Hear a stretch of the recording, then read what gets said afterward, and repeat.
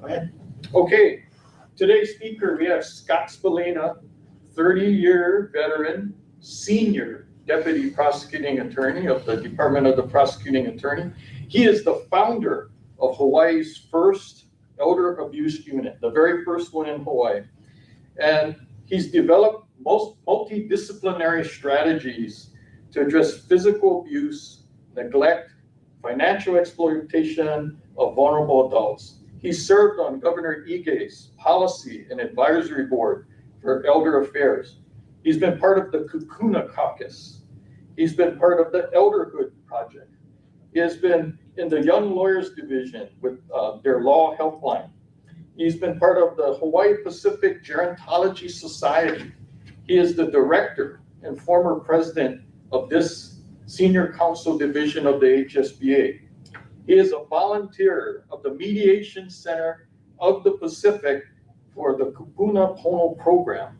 And he has been a very distinguished CLE instructor that has delivered more than 400 trainings to legal, medical, and community professionals on elder abuse. And on top of that, he has written over 60 articles on elder abuse prevention over the past 15 years. So we're proud to introduce our speaker for today, Mr. Scott Spallina. Welcome, sir. Thanks, Paul. Thanks, Paul. I'm glad this is being recorded because I'm going to play that to my wife. Okay. Good afternoon, ladies and gentlemen, grand jury. I was in court yesterday. Okay. Good afternoon, ladies and gentlemen. My name is Scott Spallina. I'm with the prosecutor's office, and today we're going to be talking about the evolution of technology and elder abuse. I remember the very first phone call I got in an elder abuse arena when I first started the thing, and someone wanted to sue the Canadian lottery because they didn't get their winnings yet. And just how technology has grown in such a short amount of time, because from 2008 to now, almost 18 years, that's a relatively short amount of time, but technology has just grown crazy. We started this back as Peter Carlisle, that's my first staff person. We started this in 2008. This is our Christmas card that we sent to a lot of people, and we got a lot of concerned reaction from this, because why is the elder abuse unit sending me a Christmas card? But that just shows that we wanted to be collaborative with the community, wanted a lot of people to understand what we were doing. And we did it in 2008. I did it, however, for this woman here. I created the elder abuse unit for this woman here because this woman here is my mother-in-law. Okay, she's 2 years old, and she has been involved in a lot of scams. And it got me, originally I did a lot of domestic violence work, but this is what got me into elder abuse, was taking care of my mother-in-law. She lost about $18,000 in the Y2K scam. My licensed contractor scams, $8,000. Foreign currency investment scams, $4,000. Don't pay tax seminar, where she sat in at federal court during the trial to want to testify that taxes are voluntary and all that. I think the guy's still in jail. Internet investment schemes, there's so many of those. Distressed friend email, almost $2,000, but thanks to Long's Poly, they stopped that one. And then mortgage title, solvent citizenship, where she actually went into foreclosure, where she actually had a trustee with the foreclosure bank. And we resolved all that, finally paid that off, and then guess where my mother-in-law went last week, Wednesday? She went to a sovereign citizen meeting in Manoa, okay? So Manoa, you can do better, okay? I mean, it's still out there, it's still going on. She's 92 years old, she can no longer take the handy van because she's banned, I'm not gonna get into that, to the handy van. So she still drives around, okay? So if you see a junk-a-lunk car, Toyota, 1993 Corolla, watch out, she's not that good a driver. Okay, so, and she's one of these sovereign citizens meetings. Let's see here, I'm gonna do this here. Okay, but she has provided me a lot of information that I could write in articles. So I've written 3 articles about all the information, which she liked. She's passing them to all her friends and family there. She's not ashamed, no shame in her being involved in all these scams. She takes pride in this, and she'll pass these out. She hasn't asked me to autograph them yet, but she keeps me busy. But don't feel bad, because I'm not just picking on her, I'm picking on my father-in-law also. I used him as a cover model for my elder abuse thing. And I think I did this first. She got jealous and she wanted recognition. So then I'm now including her. I got permission to talk about her in these presentations. So don't think I'm a bad step-in-law. And when I call my mother-in-law crazy, it's from a source of love. Okay. My father-in-law and mother-in-law are not dumb. They are not incompetent. These scams, even before we even talk about the technology, these scams can hit anybody. Just this morning, and I won't name names, just this morning, I got an email from somebody that fell for a inheritance scam. He emailed me saying, Scott, I could not believe my friend, who's a doctor, fell for this. And he showed me the letters that he got. It was an inheritance scam where he lost thousands of dollars. Again, my in-laws love him to death. They're not dumb though. Anybody can fall for these scams. And then we add the ingredient of technology, it is very scary here. Let's talk about scams and why do scams work? Let's get down to the basic foundation of why scams work, and then we can work up from there. Scams work on emotion. If you are at your desk, if you're calm, cool, and collected, surrounded by your trusted friends, most likely you are not going to be falling for a scam. It's only when the emotions get involved, because scam artists want you to make financial decisions with emotion. Now the emotions might be positive. Congratulations, you won the lottery. Sign up for this right now. Or the emotions might be fearful. Your son got arrested, we need the money right now for the thing. Or it might be grieving. We're sorry to say, but this. They want that high emotion so that way you're not thinking logically, you're thinking with your heart. And we do stupid things when we think with our heart. I mean, go to Vegas, okay? And when you gamble thousands of dollars, are you being logical at that slot machine? I guess they don't do that now, they just hit buttons. Are you being logical when you're thinking, oh, I'll just bluff him, okay? Even though he's a professional gambler, I'll just bluff him like that. No, you are being emotional. You're being self-delusional sometimes, but you are being emotional with your money. And that's why you have alcohol, you have high anxiety, you have all these things that help you to, or help the scammers, or Vegas, part with that money there. Okay, that's the common thread in a lot of our scams. You have your romance scams, phishing scams, tech support scams, investment scams, charity scams. They're all going to rely on some sort of emotion. That's what ties using emotion. Okay, top scams and how technology has improved them. Improved them obviously from the source of the scam artist. I would be very excited today if I was a scam artist, because it's so easy. The technology is there. And we're going to get into it. That's one thing. So I use multiple AI sources there. And okay, full disclosure, I used AI to help with some of these slides and everything. And sometimes the AI would say, oh, I can't answer that. Because I would be asking questions for AI saying like, how would a scam artist use this technology system? And then I get a reply saying, oh, I can't tell you that. That sounds illegal or immoral or unethical or that. However, I go to AI number or whatever, and they'll gladly, I'll give you a chart on how to do that. So there's multiple sources of AI out there, and depending on which one you jump into, I mean, Elon Musk just was getting a little bit of trouble because his AI, you can supposedly make child porn with, because he released all the filters and everything on that. So there's different open source communication. You've heard about ChatGPT, Gemini, all these things. Actually, Paul can name a bazillion of them because he's our AI expert here. It takes very little effort to come across as a very, very professional scam artist. So let's look at the scams.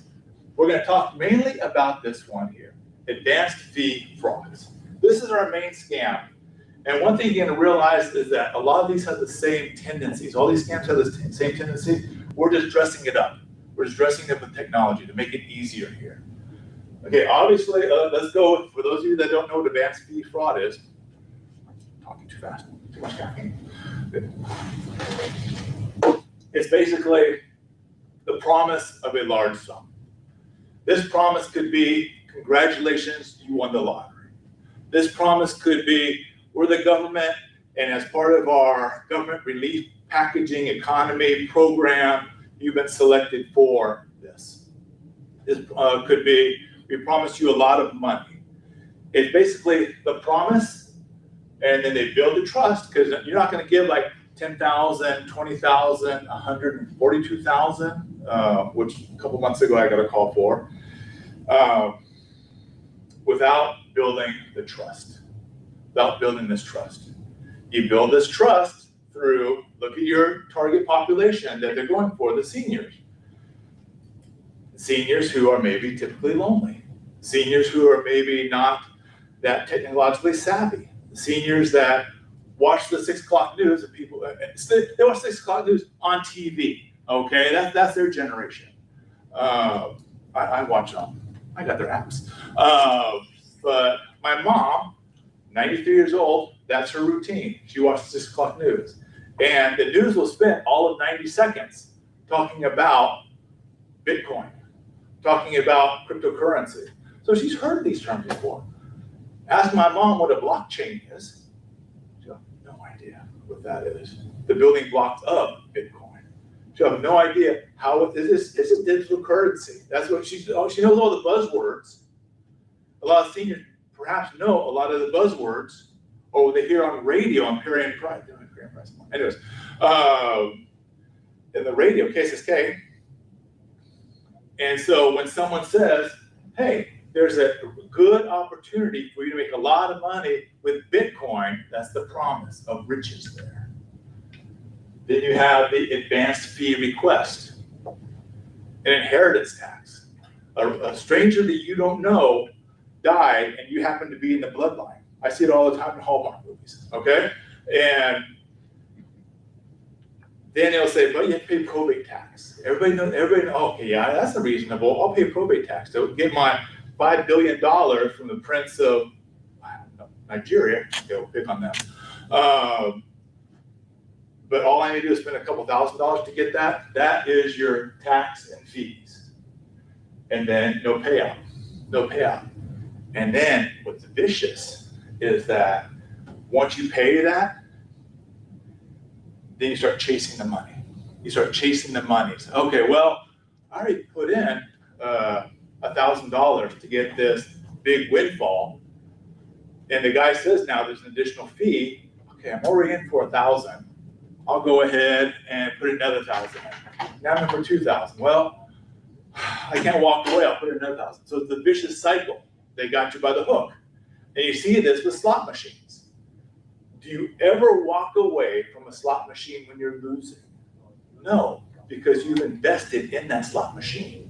You only walk away when it pays out.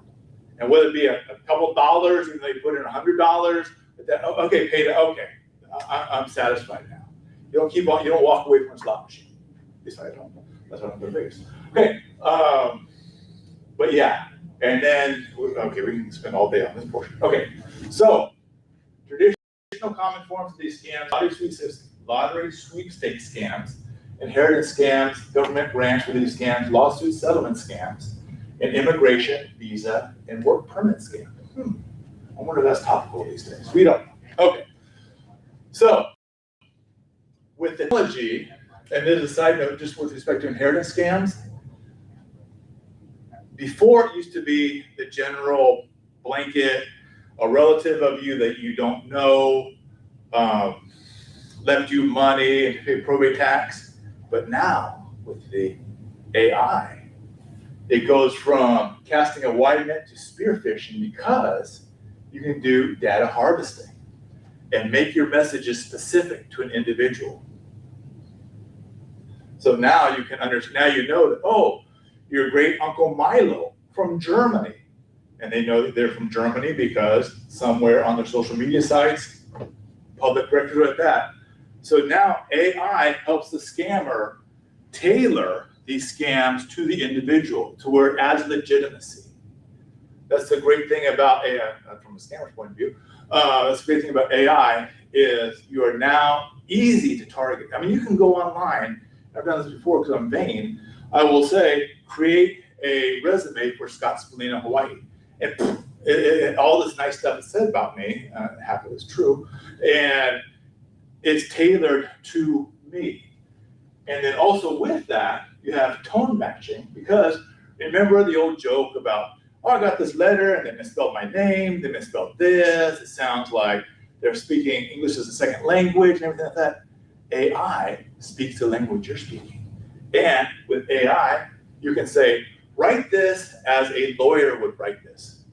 Write this as a teacher would write this. Write this as whatever would write this. AI, and I don't know who uses AI constantly, it changes the tone of the presentation. It changes the tone of the presentation. I could even write down, like, make this presentation and give me an English accent. And it'd sound funny up here doing it, but it would do it in such a way that it sounded like an English accent, Scottish accent. So yeah, it's, with respect to this inheritance tax, the advancement of technology allows the scam artist to do certain things to be more successful. Professionally, more poor grammar. You can generate so easily fake paperwork, death certificates, bank statements, legal deeds. And I'm not talking about, oh, I don't want to spend an hour figuring out how to do that and use like Photoshop and all these things. No, it's so easy. All you have to do is, like, it's called a prompt. What you do is type a prompt into your AI open source program you're using and say, create for me a website or create for me a deed for this property on blah, blah, blah, blah, blah, blah, blah, bang. And it looks good. That's how easy it is these days. And then also there is, I'm not giving away any secrets here, but there are tools like Fraud GPT, Worm GPT, which you can do all this stuff I talked about, but not just to one person, to thousands of people. Because we're talking about computers, Everything is like, boom, it does that. To where your neighbor gets it, and they might say, why am I being targeted? No, your whole block, your whole neighborhood, your whole city is being targeted. And all they need is just a couple, bang, bang, bang, and that's worth the price of a subscription to one of these. Some of these are free, actually. Okay, so that's just a side note on inheritance. And yes, I did go down some rabbit holes in preparing for this. This is one of the rabbit holes. Oh my gosh, this is awesome. Okay, but here's the problem. Okay, now you're a scam artist thinking, okay, I have my sucker on the hook, and he believes the story I told him. How do I get the money? That's what it's all about. How do I get the money? Now remember, a lot of these people are outside our borders. And so how am I going to solve that problem? Well, you can have them mail cash, and we've had cases with that where people would be mailing envelopes, be mailing boxes and everything like that. But the problem with that obviously is you have to provide an address. And guess what? There's porch pirates out there. Yes, there's no honor amongst thieves, okay? So you have a scam artist getting the ill-gotten gains, and another porch pirate thief comes and steals his ill-gotten gains. Obviously, he's not gonna make a police report about it, but still, it's criminal on criminal. It's a dog-eat world, and they eat each other's tail. Damaged packages, lost mail, but also, here's the thing, is if you were, let's say, invested on Ponderosa Pines, okay? Let's call back Ponderosa Pines, and you want to send, like, they have you on the hook. Oh yeah, I want some property in Ponderosa Pines. Sure, I'll send it to Montana. Okay, I'll send my money to Montana. Okay, so here what you do: you send to India. So wait. Why am I sending my Ponderosa Pines money to India? So then the scam artist will say, well, I need a mule. I need an American to send the money to, and then that American will go ahead and take it to a bank, and then they can withdraw from the bank. That's a lot of work, though. I mean, quite honestly, if I'm a scam artist, I'm kind of lazy, okay? So I don't want to have to get an address, use a PO box, hire or convince a money mule to do that. We've had many cases of money mules, and it typically would be someone that's also a victim of the crime. And a lot of people say, just arrest the money mule. The money mule is also a victim. He's also been convinced that he's part of this global corporation, blah, blah, blah. We won't get into that. So how else can you do this? How about this? Wire transfers or green dot cards. That's so easy, isn't it? You go to Walmart, you go to 7-Eleven, I don't know if 7-Eleven still does it, and you do wire transfers. You give them information, you give them the code, and you give the register lady, cashier, the money, and then she sends it, and then all you need on the other side of that wire transfer is to give the person the code. Thing is now, you have to interact with the teller. That's the problem. And there's warning signs posted all over the place. Like, did you do this as a result of receiving money, or did you do this as a result of this? So you have all these things. Limited access, dollar limitations. Now, remember I mentioned my mother-in-law? She got an email from her friend that was traveling in the Philippines who lost her wallet and needed $2,000 to get back to Hawaii. All wise. She went to Polly Long's and got some green dot card or green pack cards. And she was going to, and she went to the cashier and said, okay, here's my money, here's this and that. And the cashier, again, well-trained Long's people, said, why do you need this for? Why do you need this money? And she said, and she explained. She explained, oh, my friend's traveling and that. So they took her to the side and they explained it was a scam. Of course she didn't. Okay. So then they call my wife, and my wife doesn't know, even though we've been married for 30 years, even though I've been working prosecuting for 30 years, she still didn't know it was a scam. Okay, she didn't listen when I rant.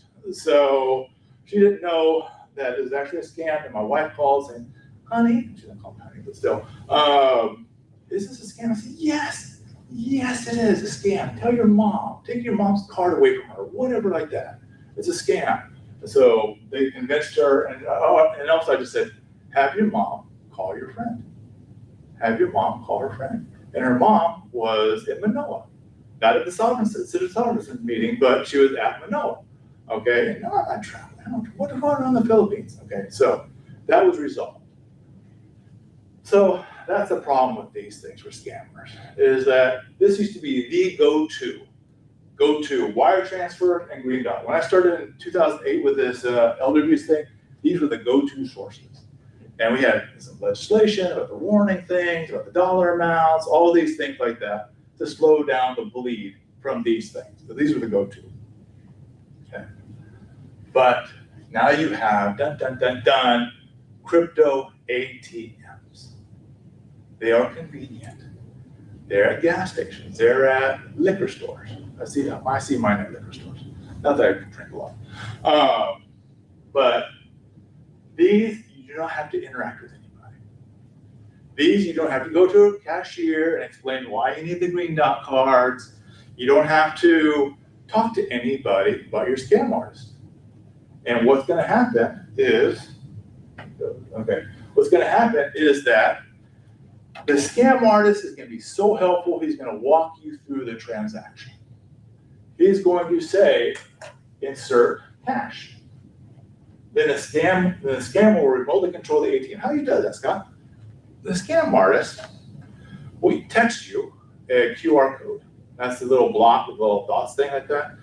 And you just hold this up here to the ATM. And now the money that you put into this crypto ATM goes out to him already. That's how easy it is. That's how you can convert cash to digital currency to go to the scam artist. Anywhere in the world. Anywhere in the world. So this is the answer. This is what scam artists love. It's anonymous, got you on the World Wide Web. It's hard to trace, super, super duper hard to trace. Once it gets in here, goes into Ethernet, whatever. So this is their solution right now. This is what scam artists love about these crypto ATMs. They're saying, Scott, what can we do? Okay. Obviously, warning signs. And there's new legislation. We got some legislative people here trying to stop or mitigate the sale or the use of these crypto ATMs. It's all about transaction caps. It's all about slowing the bleeding. That's what it comes down to. Because these ATMs are not illegal to have. They are a legitimate business. Because there are some millennials that like crypto, okay? That like, I want to own a Bitcoin. I don't have $100,000 for Bitcoin, but I want to own a piece of a Bitcoin. So they can go to the ATM and they can have a little bit of a Bitcoin. It's like, now I have cryptocurrency cash. So what that? Like my Hop Tua coin. I mean, I have something there that's a digital currency. So you just can't say this is all bad. Just like saying automatic weapons with silencers, that's kind of bad. With extended magazines, those are legitimate weapons that some people, I guess, can find a purpose for. But it's hard to say that it's just bad. Okay? So mandatory fraud warning, just like we did for the wire transfers, and then licensing requirements. Just don't place them in any Tom, Dick, and Harry, liquor store, massage parlor, wherever like that. I mean, make it a legitimate thing, make it a trained individual that knows the services they're providing. And so this is sweeping the nation, this legislation, and actually we're doing it here in Hawaii as well, because there's a threat. There's a threat to people that use this, there's a threat to people that fall for these scams. Okay, switch gears. Pig butchering. Pig butchering, I love this. I first found out about pig butchering a couple of years ago when I got a call from a man in Hilo. And I've never heard of pig butchering before. It just came up on my radar, and I got a call from a man in Hilo. He lost $64,000. And then the following week, I happened to go to the FBI training center there in Kapolei, and they said, Scott, it's your number one scam. I didn't know. You guys don't have commercials about it there. How am I supposed to know about where's the awareness the FBI is doing? Oh, it's on our website. Who goes to FBI website? Okay? Okay. Besides, no one knows about pig butchery. And what it is basically an online scam that uses fake online persona to trick victims into fraudulent investments. Okay. And then we'll walk you through this very abbreviated example of pig butchery. So you're going to get the text from your phone. And I'm sure we've all gotten these where it's like, I'm running late, sorry I missed your dinner appointment. It's like an unknown thing. Like when he comes home, and it's just from an unknown number with a very innocuous message. I'm running late for a meeting. And in Mr. Hilo, we'll call him his case, you got that, I'm running late for a meeting. Okay, so Mr. Hilo, he responds, I'm sorry, I think you have the wrong number. Maybe misspelled number. Okay, I'm sorry, I think you have the wrong number. So then they respond, oh, I'm sorry, my secretary gave me the wrong number. Okay, that's okay. And then, obviously it's not as quick, but they try to make a relationship very slowly at first. Oh, where do you live at? Oh, what kind of job do you do? Oh, what's this? Oh, you sound like you've worked very hard all your life. Oh, and just to kind of feel them out and everything. Someone texted them back, and Mr. Hilo, it's not a big deal for him because it's text, and he responds what it is, so he can do it when he drives home or after Jeopardy or whatever like that. And it's just a little conversation, a little innocent conversation there. Okay, and you have Mr. Crypto on the other end, very excited. Okay, this is a picture of me. Okay, I'm a professional and I'm very successful. The reason I'm successful is because a friend of mine has developed almost a secret. I'm almost hesitant to tell you how to make a lot of money in this investment scheme. or not scam, scheme. And so, oh, really? Tell me more. And then what will happen, and here's what happened in Mr. Hilo's case. So you have a scam artist introducing Mr. Hilo to another person online, all online, who is Mr. Financial Advisor Investor Guy. And Mr. Financial Advisor Investor Guy will tell Mr. Hilo, well, this is how it works. It's super easy. This is how it works. And how about this, Mr. Hilo? I sense some hesitation. Let's do a practice run. Let's do a practice run. I will set you up with your own account, and we'll just have play money in it, okay? And that's what Mr. Hilo did. He said, and so I'll tell you when to buy and sell. All you have to do is hit this button, buy and sell, buy and sell. And I'll do it over an hour. And I'll be texting you, okay, buy. Just hit the button, buy. Okay, then sell. It's like day trading, okay? And buy and sell, buy and sell, buy and sell. After that hour, Mr. Financial Guy comes back and says, oh my gosh, if this were real money, you would have made $20,000. Okay, if this were real. So Mr. Hilo said, no, okay, I'll give you $20,000, let's make it, okay? So 20,000, boom, boom, boom, okay? And then they do it over the course of a couple weeks like that, to where Mr. Hilo sees the money increasing in this account. Now it's up to $30,000. And he said, okay, this is kind of too good to be true. I'm gonna see if I can take money out. So he takes out like $8,000. And he's able to take out $8,000. So it must be real. What I want to do now is I want to, instead of my $20,000, I'm gonna give you $80,000 to invest, because I've checked out that it's real. So more money goes in. More, because the scam artist, Mr. Financial Guy, built that legitimacy that yes, you can take out your money. You can take out your money. If this is a scam to begin with, you wouldn't be able to take out your money. So then he just hooks them really deep. He didn't want that 20,000 when he knows he can get like 80,000. So 80,000, and then more play, and now it's like, oh, 100,000. Oh, you made 150,000, Mr. Hilo. Good job. Okay. Now Mr. Hilo wants to take out the money. He cannot take out a dollar. He cannot take out a dollar.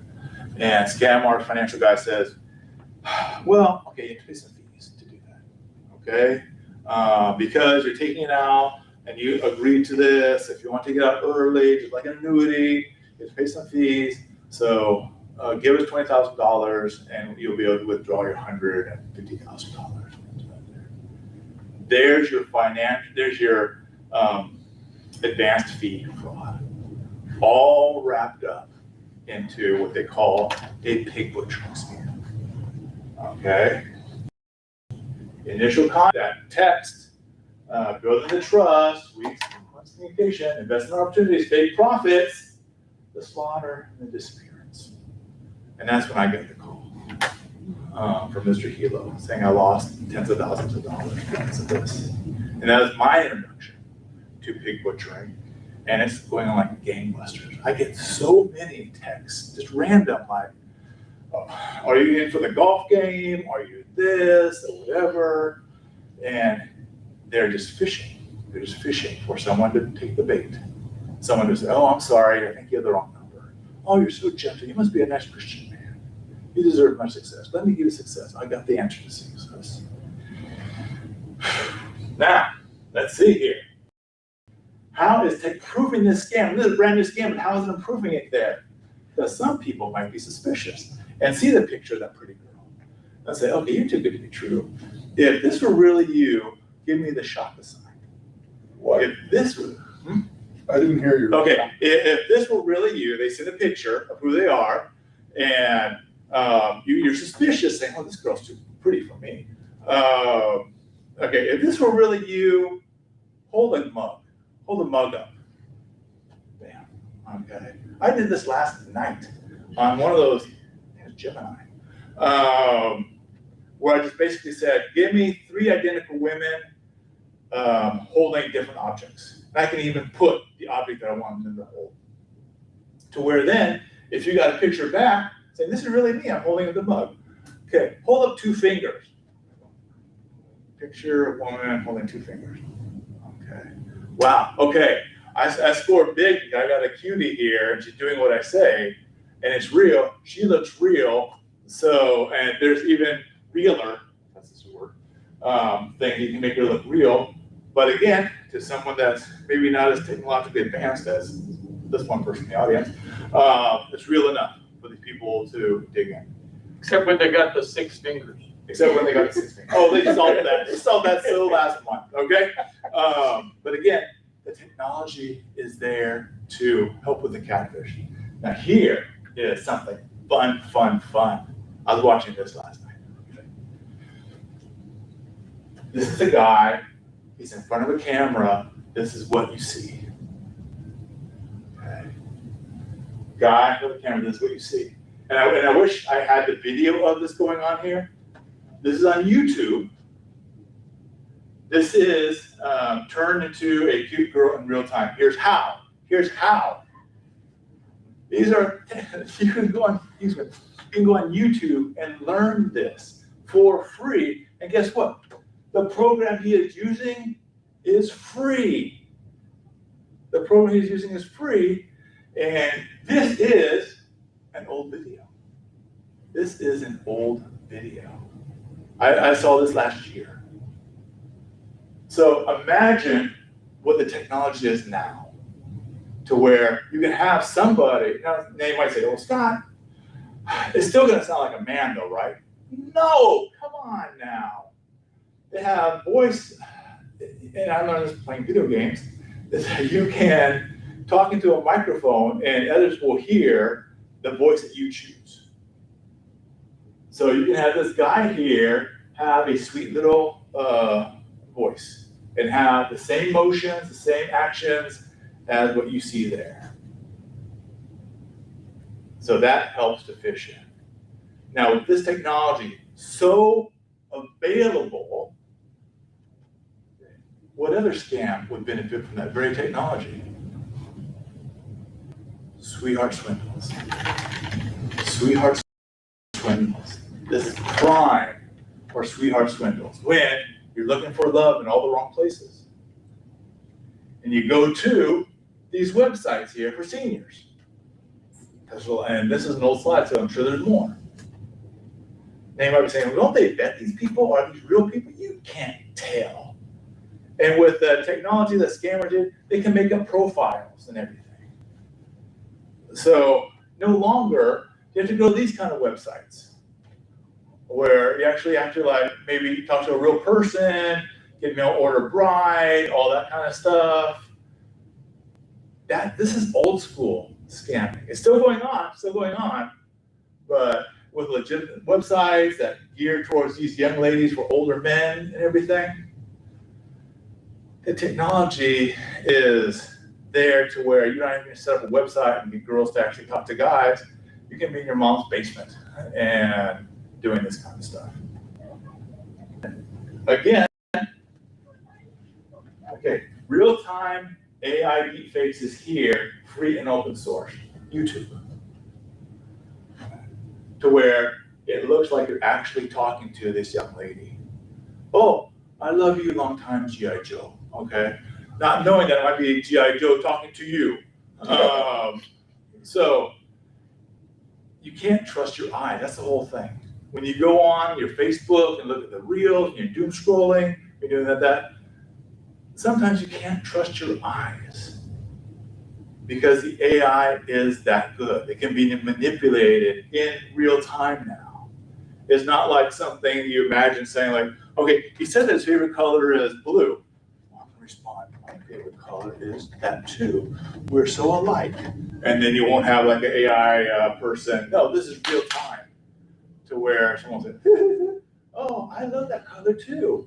And then you have this girl saying that with the same motions and everything. Again, you can't trust your eyes. And this is perfect setup for romance scams. Who's really doing romance scams?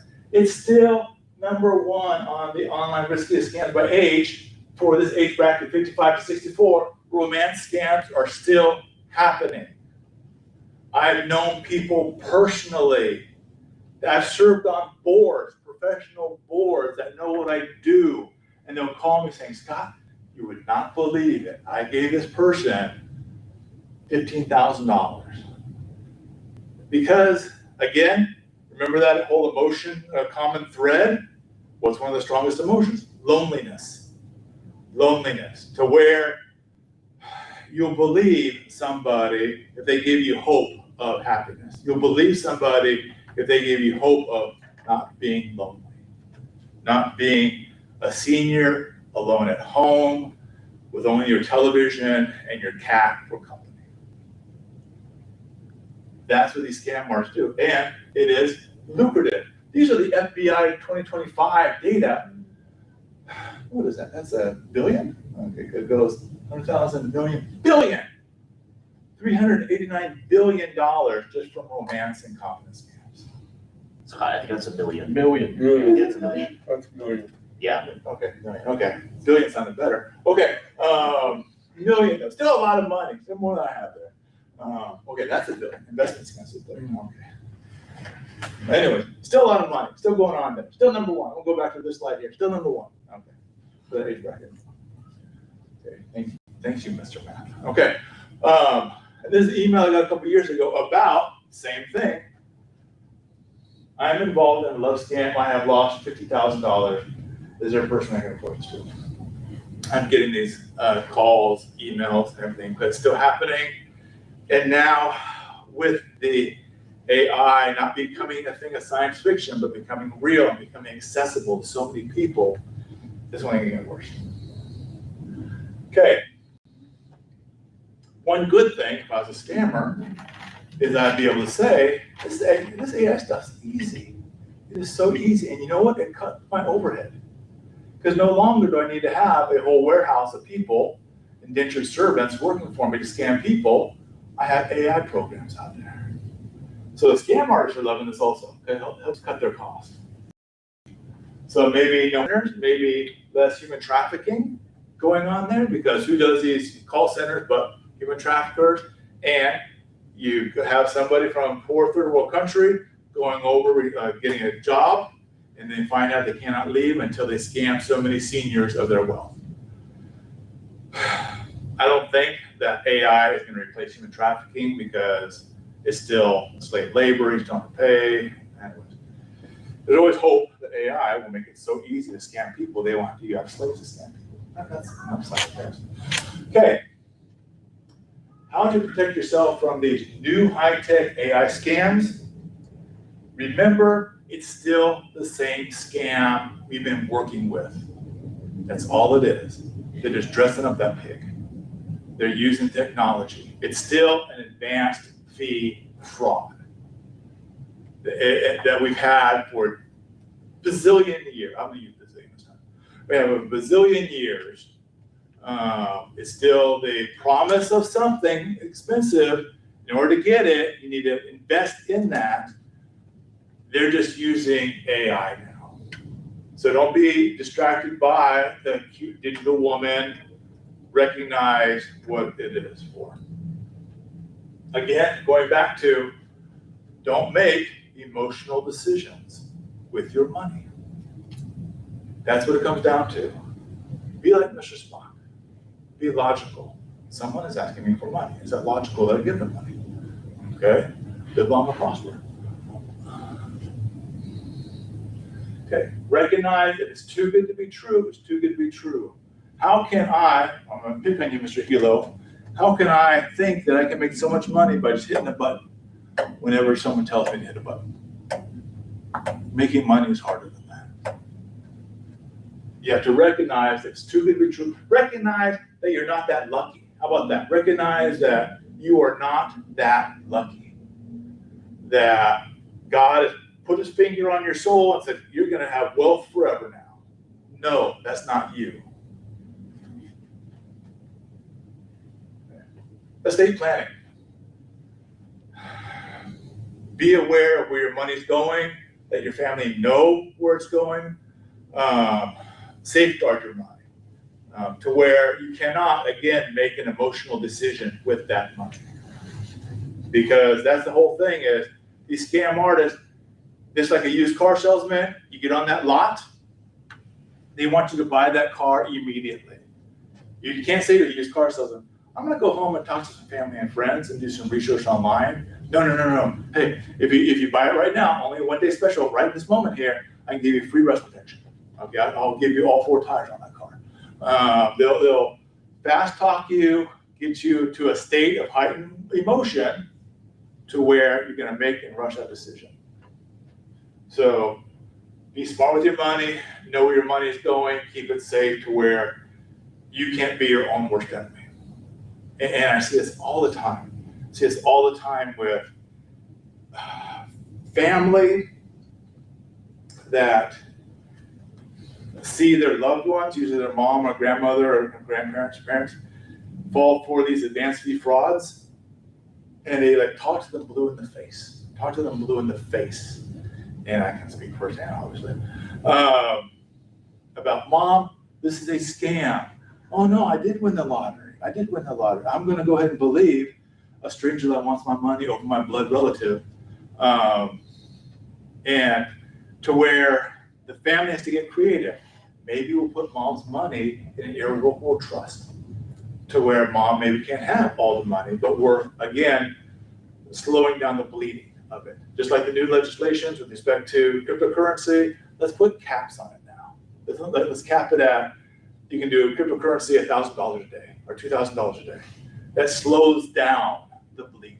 Because it's very, very hard to stop a lot of this bleeding, because guess what? Mom, who was a victim of an advanced fee fraud, let's say of winning the lottery, she still has rights. And we all have rights to be foolish with our money. That's what it comes down to. That's real. I mean, I can give all my money to the Flat Earth Society if I want to. I think it's Flat Earth Society. I'm sure they're good.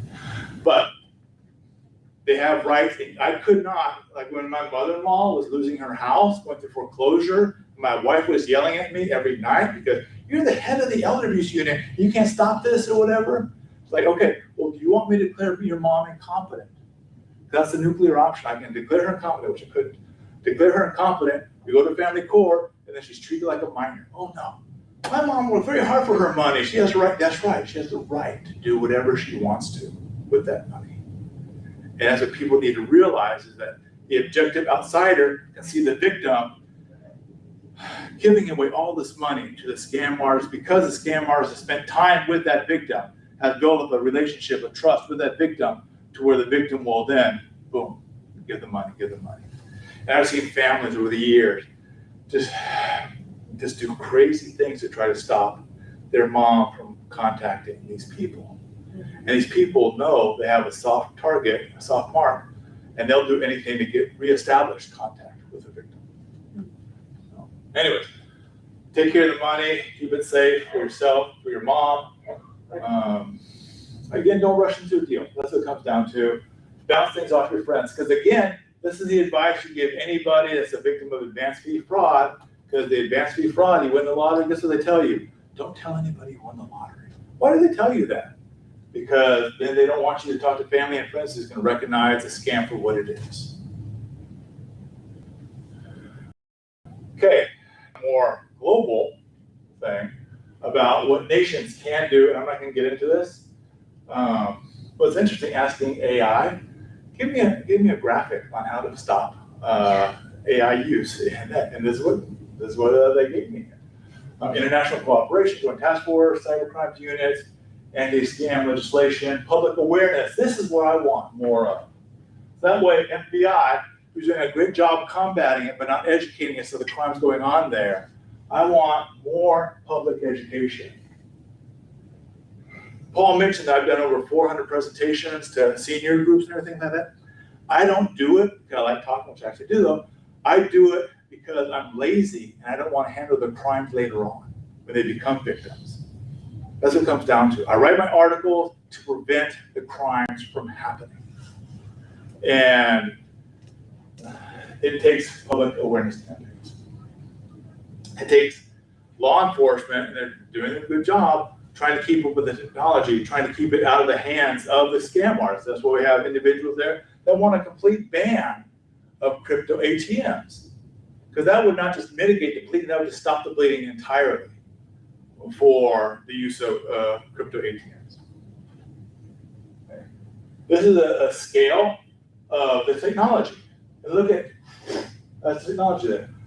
People need to realize that technology is always advancing, that you can't trust your eyes anymore. We talked about that anymore because the technology is there, open to anybody, that what you see is actually what's going on here. Okay. You need to be proactive and stay alert because this is my full-time job right here, taking care of this woman here. I can't take care of anybody else.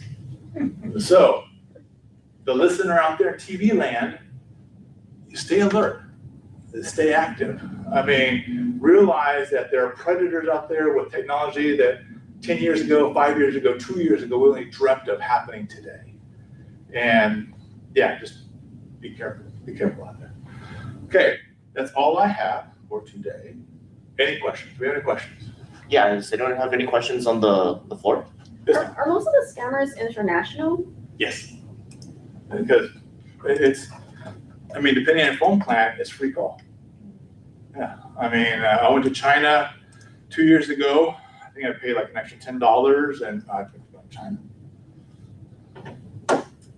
And that's what makes it interesting is because I had this one person, they lost $124,000 to their nephew, this couple, lost $124,000 to their nephew. And they said, Scott, I know where he lives. He lives in Georgia. Okay, easy then. I'll call the FBI. I talked to the case agent. I said, okay, why can't you guys, it's over $100,000, so I know that piques your interest, because sometimes if it's under $100,000, you don't have time because there's so many scams. But this person lives in Georgia. How come you can't go and get this person in Georgia? Scott, it's the country of Georgia. Okay. I didn't know. Okay, now we're talking international there. And yeah, so to answer your question, yeah, a lot of them are international because this is outside the law there. Okay. Yes, Ms. Paul, you have a question? You know, I guess the pig butchering example that you gave, and you know, you're talking about, you know, these folks that they send you these texts, and I think everybody's probably, or I've definitely gotten some of those. You've probably gotten some of those. But what do you do? I mean, you haven't actually gone down the line like what you showed in that example with the text, right? You're going off of the some case example, right? But what can people do when they receive those kinds of texts to protect themselves or to stop it at the source? Because you know what happens? They send you one text, yeah, and then you get one a few minutes later with a different number, but you know it's the same person. Oh yeah, right? No, to me, I swipe. Okay, swipe, delete, block, scam thing, and that usually works. The only time it hasn't worked, yeah, is, and it wasn't a scam, it was a company, yeah, that I tried to do that, and they must be using different sources. I'm gonna call out H&M on this, yeah. okay? And constantly, boom, boom, boom. Yeah. But usually though, you can go ahead and block the scam and just don't respond. That's the thing, just don't respond. Don't let the scam artist know that they've reached a live number. They reached a number with a human on the other side of it there. That's why sometimes you get calls in the middle of the night from an unknown number, don't pick it up. My phone sometimes is a spam risk. I just gotta go to voicemail there. I'm not gonna respond. Oh, is this really a spam risk? Let me check it out there. Boom, and then boom, boom, boom, boom. Are there like more area codes than others that you think that these scams are come from? Because you know, I saw some from Canada, for example. Right. Is that your experience too? Thing is, old technology is that they could already spoof numbers. That's what it comes down to. You can get somebody calling from Canada, calling from South America with an 808 number. So you can't trust the area code because that technology of spoofing numbers is old. And when I say old, like 15 years plus old. But it seems like they don't use 808 because most of these ones, they're coming from an area code somewhere else. Then ignore. Yeah. Just ignore. That's the easy one, right? Yeah, I'm just saying if they can spoof it with the 808, it's Right. harder. Right. And or just get used to not picking up the phone. And I'm a Mr. Phone Picker. I'll pick it up whenever it rings. I had to train myself that if I don't immediately recognize the number, and if it's important enough, they'll leave a voicemail. That's my advice there. Yeah. Do you have any questions? Sorry. No? Yeah, sorry, I can't access chat right now, but That's okay. Yeah. Simple question, but I do have to kind of set it up. But so you said a couple times that, it is it's a legitimate business. A crypto kiosk is a legitimate business. And I wanted to dig in there. And the question is it really a legitimate business? And I want to give you a little bit of context for the question, because we've heard that before, that it's a legitimate business. I can understand it in theory, that it is a legitimate business, maybe set up by somebody with a business degree.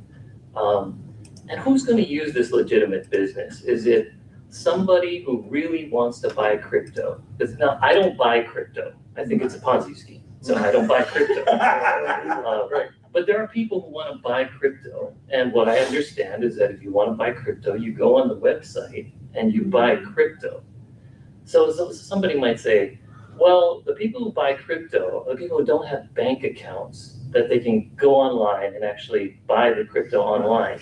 So we want these unbanked or underbanked people are the ones who are going to go to the crypto kiosk and put their cash in and legitimately buy the crypto.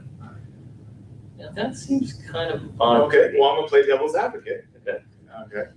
And it's obvious to me that you hate homeless people.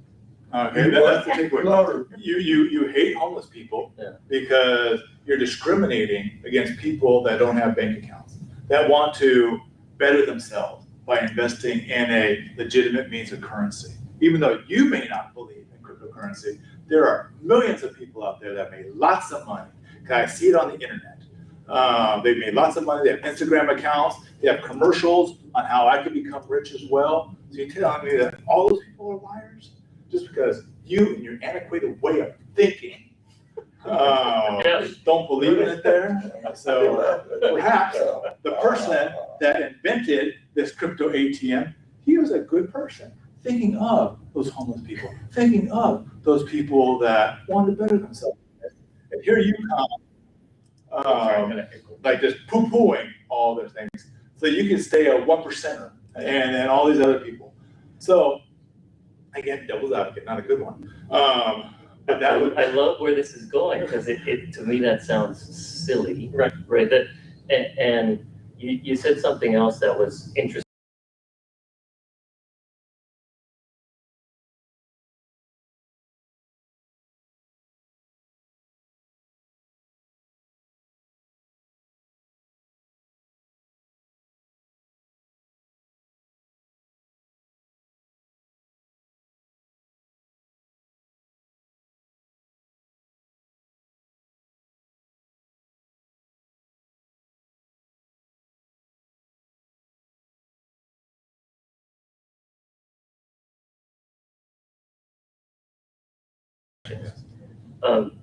Is there some public policy reason we might want to hold him to account for that knowledge that 80% of the transactions are fraudulent? Well, I'm glad you bring this out, because obviously you don't believe in the Second Amendment. Okay, let's start off with that. That's the baseline there. We're going to go ahead and start with the Second Amendment, that you just want only the government and only the powers that be, the state, the big brother, to have all the weapons. Okay, and we just kowtow to your stormtroopers. So we've already established that. Okay? And again, guns don't kill people. People kill people. Okay. Crypto doesn't steal money. People steal money. The kiosk guy is arguing that I'm a pick and shovel guy. So I don't go out there and mine stuff or find stuff. I'm just facilitating. I sell the blue jeans. I sell the shovel. I sell the pick. I'm providing a service that obviously is needed. Yes, it's mine. Yeah. So I have got a good business. What they do with it is their business. So yeah, no, I understand, and obviously you have arguments on both sides as to whether they're credible arguments or not. I'm going to stay neutral in that I'm not taking one side or the other, but it's a tool, and as all tools can be corrupted. The internet is a tool, a computer is a tool, a phone is a tool, and yet we've seen examples after examples of these tools being used to scam people. And so that would be, if I was a crypto ATM owner, that would be my arguments there. And again, that's just off the top of my head thinking. So I'm sure if they spend a little bit of time and asked ChatGPT, what are good arguments to give crypto ATM? They come up with better ones. Yes, sir. What about like, I mean, this is kind of just a thought, but what about like premises liability, like, or restrictions where it's like no cryptocurrency ATMs at nursing homes, for example? You know what I mean?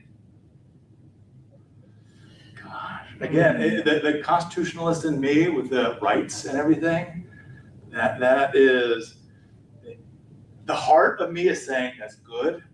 The lawyer part of me, Probably not. yeah, is because you are limiting access to commercial, it's just, But wouldn't we do that for schools or other things too? You have safety zones and things, because that's essentially what that is, huh? So you're just creating. you're doing that because you can argue that it's minors, you're protecting minors, and so Well, therefore you have it's an akin to obligation. minors, right, that you're more vulnerable. Wouldn't that be the argument? That everybody in a care facility is incompetent. No, that they're more vulnerable, just like as a child is more vulnerable. But then you can say that no alcohol in a care home. There's rules. Oh, and also, No drugs either. that's right. Yeah, if it's a privately owned, it can Right. become your home. No firearms, I would Yeah. imagine. Okay, I want to be respectful of everyone's time here, so we are gonna end today, end right here. But is there like contact information that you're willing to like give out if Yes. people have questions? Okay, anyways, it's gonna be Spallina, so I'm gonna spell that out slowly, Italian last name. It's gonna be S as in Sam, S as in Sam, P as in Paul, ALLIN as in Nancy, at Honolulu, spelled Honolulu.gov. And I apologize, I should have had that in a slide. But again, it's Spallina, it stands for Scott Spallina, at Honolulu.gov. I'll put that in chat, and then if anyone's had any questions on the webcast, please feel free to reach out to Scott. Sorry, for those that are watching on stream, I forgot to enable chat, so please use We had a good chat here, Yeah. here. Please use the email listed in the chat function to ask any questions if you're watching online. And also, this is being recorded, so in a couple weeks, go to our website, and you can see the entirety of this conversation. Okay, well, with that being said, thank you to everyone for attending. We'll be back with another coffee hour on March 5th, same time at noon. With that being said, thank you, Scott, and have a good day, everyone.